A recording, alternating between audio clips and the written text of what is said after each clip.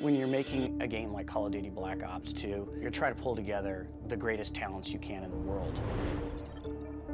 People talk about this connection in Hollywood with games. The greatest thing about that for us is that tremendous talent, and they're interested in working in this medium with us, and in particular, on Black Ops.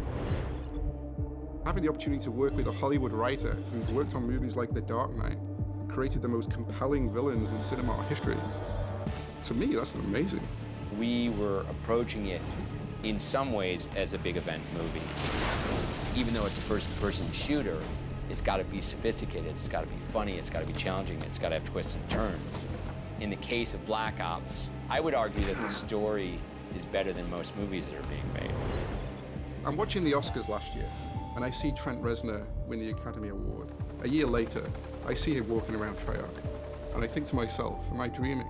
Trent Reznor is creating the score for our video game. I look at video games as a true art form. The chance to be involved in something like this is exciting to me. You know, I feel it's every bit as viable as film work or music or anything else.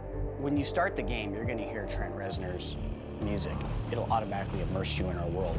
Increasingly, the line between, an event movie and an event video game are starting to blur, which is a good thing.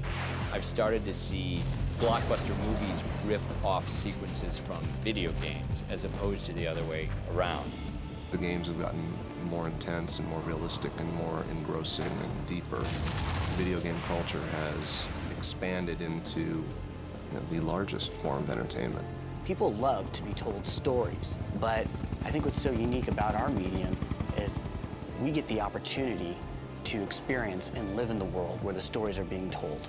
You can't watch a movie in a movie theater and change the fate of the main character. Well, you can do that in a video game.